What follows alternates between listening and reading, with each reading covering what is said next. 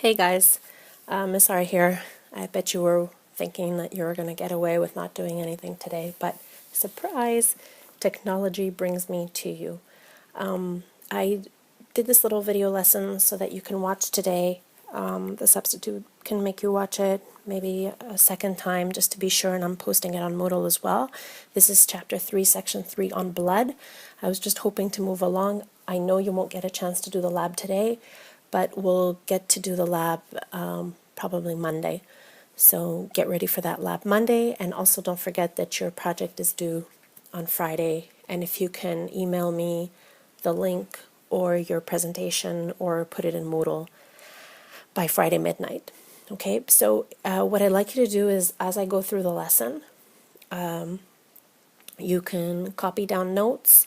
I actually have these notes typed up for you, and you're going to get them next class, but what you can do is just follow along and just maybe write down some bullet points as I go through the notes, because you're going to have to do the section assessment right after this. So we've looked at the heart, we've looked at the circulatory system in general, and now we're going to look a little bit more closely at blood. And blood, basically, if you let blood sit for a while, like in a test tube, you would see that the blood cells would kind of sit at the bottom, and then you'd be left with this yellow liquid. And if you look at this picture here, so like I said, if you left blood, you would see that most of the blood is made up of something called plasma, which is mostly actually water, and only 45% of the blood is actually cells. So right here, only 45% of the blood is actually cells, and the rest is just plasma or a liquid.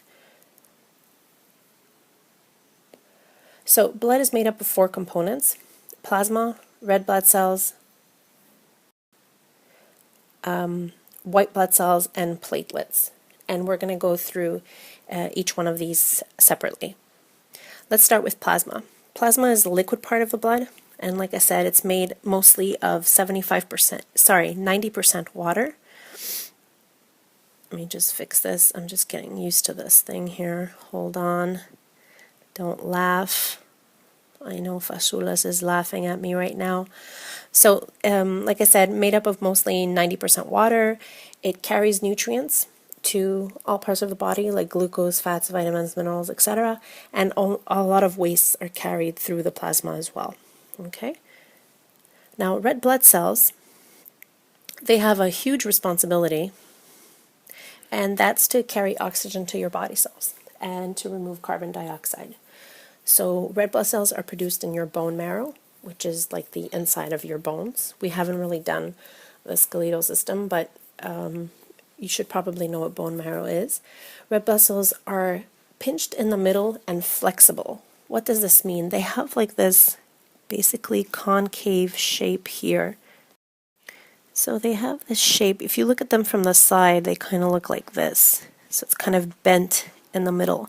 And the reason it's like that is because it has more surface area to be able to carry the oxygen.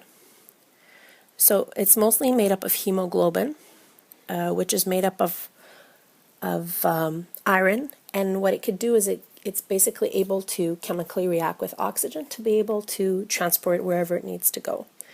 When hemoglobin is combined with oxygen, it has a bright red color, which is what we talked about. So oxygenated blood has a bright red color, whereas deoxygenated blood, the cells are dark red. The next component of blood is white blood cells, also produced in the bone marrow. White blood cells fight disease, and we're not going to go into details. There are different types of white blood cells, but we're not going to go into that. All you need to know is that white blood cells, they fight disease, and they basically tell your body when there's something foreign inside of it. And what I mean by foreign, like a bacteria, a virus, something that's not supposed to be there. So they alert the body, so they give the body a message, and then they send out whoever they need to send out to fight the disease. White blood cells are bigger than red blood cells, but there are fewer white blood cells than red blood cells. Next, we have platelets. Platelets basically are responsible for blood clotting. So when you get cut and you have and your bleeding stops and then you get a scab. Those are platelets. And basically what they do is as soon as they get the messages that there's, you have a cut, or that blood is escaping from somewhere, platelets will run there. So they'll travel there through the blood, and they're going to release chemicals that's going to start this process, which is called blood clotting, which basically means the ability to be able to stop you from bleeding to death. And some people have a disease called hemophilia, which we're going to talk about when we do genetics, because it's a genetic disorder. And hemophilia, basically what it is that people they don't have the capability for their blood to clot, so they can actually bleed to death just by a minor cut.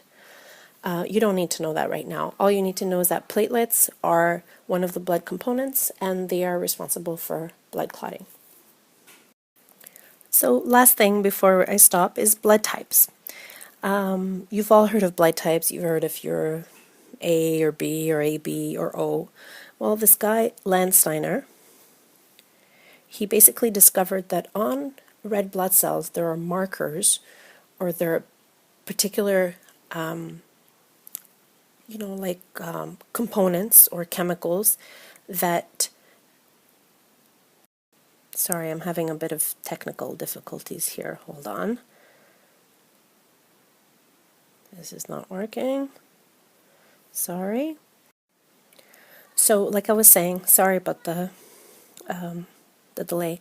So basically, this guy Landsteiner basically discovered that there are chemicals on red blood cells that give them a specific identification. And they're proteins. And so, for example, if you're blood type A, then you have A markers. And I'll show you this nice little table here. Sorry again. So basically he said if you're blood type A, then you have these A markers. If you're blood type B, you have B markers. If you're AB, you have both markers. And if you're O, you don't have any. Now, what happens is that when you receive blood, for example, you have to make sure that you get the same type of blood as you have markers. Because what happens? Because if you're blood type A, then your body has anti-B antibodies, which means if they detect B markers, your body's going to attack the B markers. And that's why it's so important that blood types, if they need blood transfusions or if they need blood, that they need to get the same type of blood. So again, if you're blood type B, you have B markers, but you have anti-A antibodies, which means your body will attack the A antibodies. If you're blood type AB, you have both markers, but you have no antibodies. And if you're group O, you have no markers, but you have both antibodies. So what does this mean? This means that A can only get A blood type. B can only get B blood type. AB can actually get any blood type. Group O, on the other hand, they have to get only, they can only get group O. Because they have both antibodies, receiving any other blood type, their body will react to it. So group O has to specifically get only group O blood type. So despite the fact that blood type O can only receive O blood, they are what we call universal donors. Because blood type O don't have any markers or protein markers on their blood cells, they can actually donate their blood to any one of the other blood types. So they're unfortunate because they can't receive all the other blood types, but they can donate blood to all the other blood types. Now, like I said, you can go to your textbooks in section 3 to go over this stuff, and I'd like you to complete this section assessment. Ms. Monajo will tell you, or the substitute will tell you the pages, and so you're expected to work on this now and to prepare to make sure that you've reread the lab again for next class for Monday so that we can do the blood, the heart rate lab on Monday. Hope you have a good day. Bye.